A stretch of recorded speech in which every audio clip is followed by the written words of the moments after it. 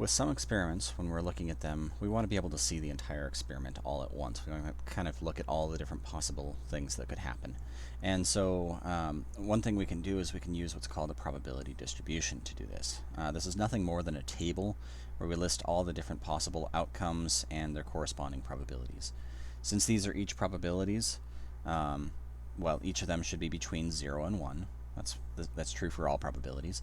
And also the sum of all of them should sum up to 1.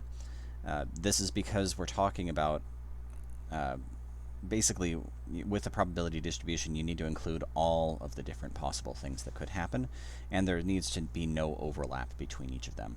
So you're basically taking your sample space and partitioning it up and saying, okay, this up here is E1, this here is E2, this is E3, this is E4, and this one would be E5.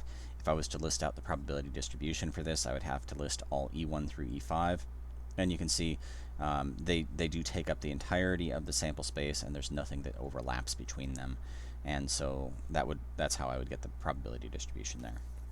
All right, so for looking at this first one, if we're trying to decide if these are valid probability distributions, this first one we have a negative probability, which is not possible. So right off the bat I can say that this is not a valid probability distribution.